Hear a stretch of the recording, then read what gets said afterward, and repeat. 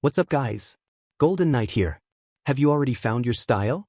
This is a question that almost every artist asks themselves at some point in their journey. And it carries enormous weight, because it seems that by having a style, you will finally feel like a real artist. Your works will have identity. People will recognize your work from afar. The problem is that most artists are looking for style in the wrong place, in the wrong way, with a completely distorted expectation of what style really is and how it appears. There is an entire mythology built around this idea of finding your style that causes people to practice for years without evolving in the way they could because they are chasing the wrong thing. In this video, we are going to dismantle this mythology piece by piece. We are going to understand what really happens when a style forms, why the approach that almost everyone uses delays this process instead of accelerating it, and what changes when you stop searching and start doing the right thing.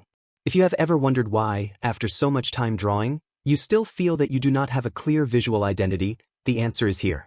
And it will probably surprise you. The belief that style is something to be found.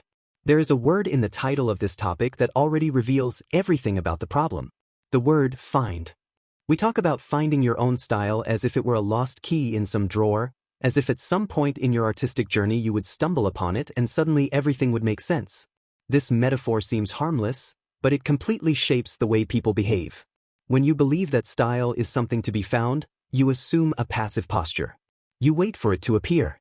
You try different things hoping that one of them will finally work. The problem is that style is not something you discover. Style is built. It accumulates over time, with each decision you consciously make, with each influence you absorb and process.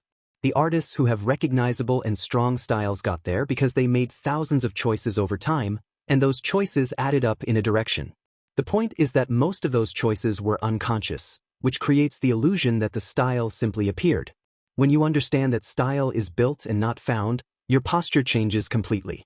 You begin to realize that every piece of work you do now is already part of your style, even if it still seems inconsistent or immature.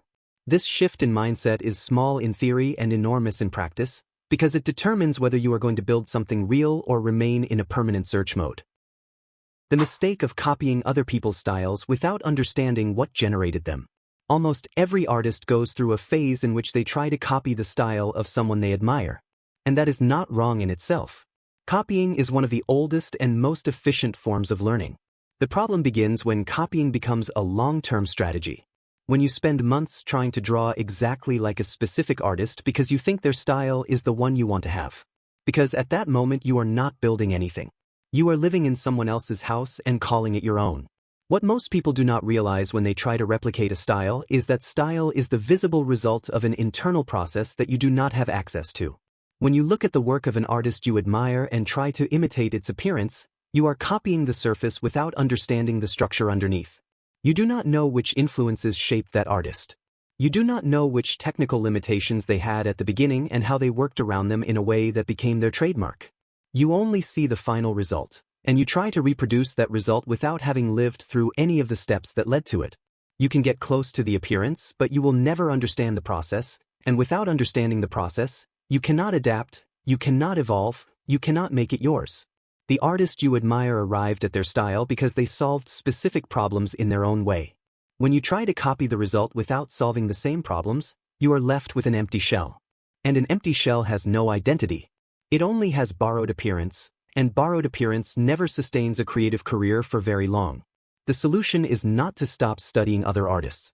It is to change what you look for when you study them. Instead of trying to replicate what the work looks like, try to understand why it looks that way. What choices were made? Where is their intentional simplification? Where is their exaggeration? What was left out? The illusion that inconsistency is a sign that you haven't arrived yet. One of the things that most paralyzes developing artists is looking at their own portfolio and seeing works that seem to have been made by different people.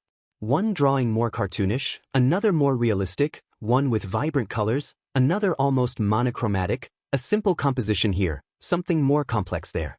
And the immediate conclusion that most draw from this is, I still don't have a style. As if inconsistency were proof of the absence of identity. As if you needed to reach a point where every piece of work looks like part of a coherent series before you could say that you truly have a style. But this reading is completely inverted. Inconsistency is not the opposite of style. Inconsistency is the environment where style is formed. Every artist who today has a recognizable and coherent visual language went through a long period, sometimes very long, of apparent inconsistency. Because style is not born coherent. It is born fragmented, experimental, full of contradictions. It is exactly in this apparent chaos that you are testing what resonates with you, what works technically, what gives you satisfaction in the process, what you can sustain with energy over time. Coherence comes later, as a consequence of having explored enough to know what you want to keep. The real problem is not inconsistency itself. The problem is when inconsistency is not being inhabited consciously. When you jump from reference to reference without processing any of them deeply. When you change direction not because you explored an approach enough and want to expand, but because you got bored quickly or because you saw another artist doing something different and found it more interesting. There is a huge difference between inconsistency as exploration and inconsistency as an escape from the discomfort of going deeper. When you stop treating inconsistency as a problem to be solved and start treating it as a phase to be lived with attention, you begin to notice patterns that repeat even when the apparent style changes. Maybe you are always drawn to a certain type of composition. Maybe you always simplify forms in a specific way even when you try to be more realistic. These patterns are the threads of your style emerging. The habit of practicing without observing what the practice is revealing. There is a piece of advice that every artist has already received and that is true but incomplete in a dangerous way. The advice is, draw every day. Practice constantly. Produce volume. And the true part of that is obvious. Technical skill requires repetition, requires time, requires volume of work.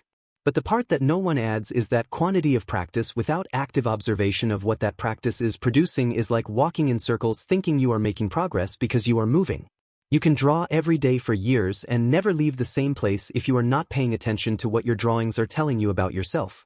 What practice reveals, when you are attentive, is much more than technical skill or the lack of it. It reveals preferences you did not know you had. It reveals the types of problems you naturally avoid and the ones you face. It reveals which parts of the process give you real satisfaction and which you do on autopilot just to finish the work. All of this is information about who you are as an artist, and that information is the raw material from which style is made. But if you are drawing on autopilot, fulfilling a daily quota without real presence, that information passes by without being processed. Most artists treat the finished work as the product and the process as merely the path to the product. But for someone who is consciously building a style, the process is the product. The finished work is just the visible record of a series of choices, and it is those choices that need to be studied, questioned, and refined over time. When you begin to treat each practice session as a session of artistic self-knowledge in addition to technical training, the speed at which your style takes shape is completely different. The problem of seeking external validation before having internal clarity. There is a dynamic that sabotages the development of style for countless artists, and it has become much more intense in recent years for obvious reasons. The dynamic is this: you make a piece of work, post it, observe the response, and let that response influence what you are going to do next. It seems rational. It even seems smart. After all, you are using real feedback from real people to guide your development. But the problem is that you are letting an external audience that does not know you, that does not know what you are trying to build, and that responds to stimuli completely different from the ones that should guide your development, make decisions that should be yours. When a piece performs well, the natural tendency is to repeat what worked.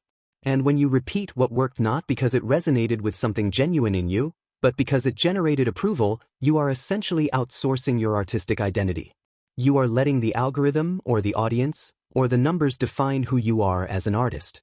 You can build an audience doing this, but you do not build a style.